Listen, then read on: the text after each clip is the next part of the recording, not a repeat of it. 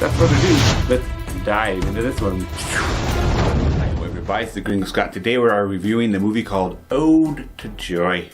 It's a 2019 movie starring Martin Freeman as Charlie and Morena Baccarin as Francesca. This is day 27 of our 30-day video a day challenge. If you want to see those other videos in this playlist, feel free to check them out at the end of this video. I'll put the playlist there. Without further ado though, let's check out the 2019 movie Ode to Joy.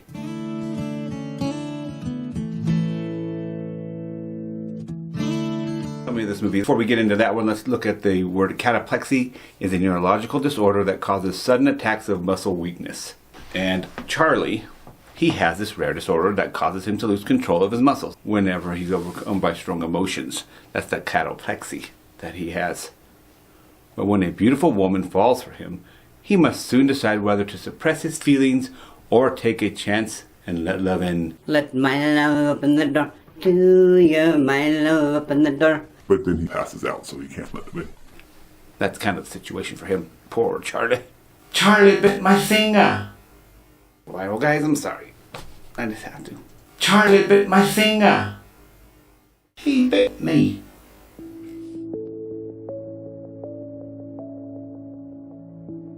Deeper meaning in this one, guys. This one I could not help thinking the deeper meaning on this one is the opposite of fear is faith. In order to have relationships, you have to take a chance that you're going to get hurt. You will get hurt at some point, probably. You definitely will. Someone's going to get hurt.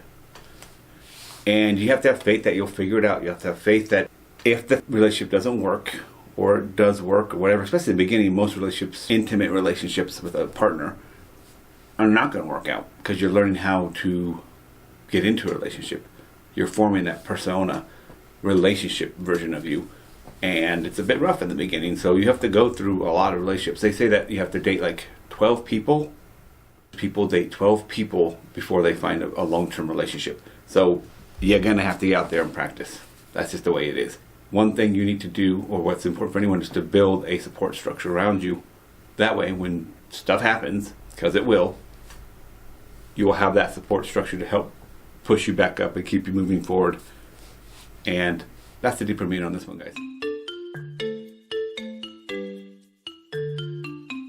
Overall opinion of this movie, the bad. The first part of this movie, he's getting into this relationship, or there's kind of a chance he's going to get into a relationship, or whatever. But the courting process, he is so self-centered, and I get why he's self-centered. He has this issue, he's afraid to give love. It's really kind of the hurt people, because he's a hurt person because he's been hurt because of this. I mean, when he gets excited or he really likes someone, he's going to pass out or faint. So he's afraid to take any chances. But because of that, he's kind of a jerk. And he's a jerk, and he's a jerk, and he's a jerk. And for me personally, she keeps pursuing him.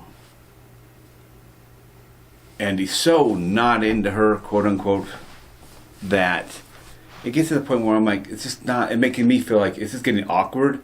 And you should be like, see you later, dude. I don't need a fixer-upper. Another thing is the pacing could have been improved. It seemed really boring. I picked this movie because it looked like it was an hour and a half, I believe. And I thought, well, I can watch this tonight, before I go to bed. It's not something that's not like I'm 2 hour, 30 minute long epic movie. But man, it seemed to drag and drag and drag. It's like, I get already. Why don't you guys either get together or don't get together? Or now what is this cred you're doing? This weird triangle I don't know. It just was not. I was excited about the concept of the movie, but it just wasn't. They didn't implement as good as I would have liked to see for sure. The good. A lot of great actors in acting in general in this movie. That's not the problem. It has Jane Curtin from the Coneheads and Third Rock, so that's really cool. I was like, oh, it's her. I haven't seen her in a long time. There's even Melissa Ranch, which is the woman from The Big Bang Theory, the little obnoxious gal. In this one, though, she plays a completely different character. I love that when actors are able to completely play different characters. Like, is that really them still? That is crazy. She plays a more of a Luna Lovegood character, kind of depressed and talking like this, very mellow. Because I think her character was supposed to be not intense because he wanted to date someone who wasn't intense and didn't have a lot of action. That's how she plays. And she does a good job at it. It's pretty funny. but like not too extreme, but pretty good. So I definitely like that one. That was a completely different character, and shout out to her. A very clever what-if premise. It's a unique take on the classic rom-com. For much of the movie, I thought I knew what was going to happen, and then I wouldn't know what was going to happen, and that's very unique. This one, I really didn't know what the heck they were doing, and they were taking us through some real awkward stuff. I'll give it a shout out for that one. It was unique. They were trying to be different. I hope to see more of that in our rom-coms, because I enjoy rom-coms. I just feel like they get a little formulaic. Let's work on changing them. Hopefully this will continue. I think this is a good example of it, that they're trying to be like, okay, how can we take this love story and make it different? I just think it kind of missed its mark on this one. Could have been better. This movie's interesting, and if you're into rom-coms, give it a shot. Maybe you'll like it, but I feel like it just lacked excitement, and maybe it's because the premises you couldn't have him be excited or he'd pass out. But then that kind of made the movie kind of blah humdrum, and it seemed like the relationship they would have, I just didn't fall in love with the couple. I just didn't like it. I just thought I wouldn't want to be in that relationship. Wouldn't be a part of that relationship. Seems depressing and blech.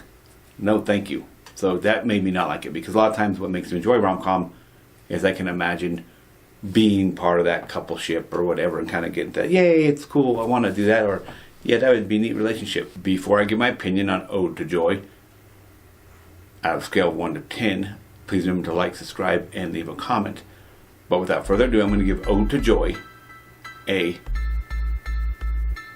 5 out of 10. 5 out of 10. Hey, yeah, boy.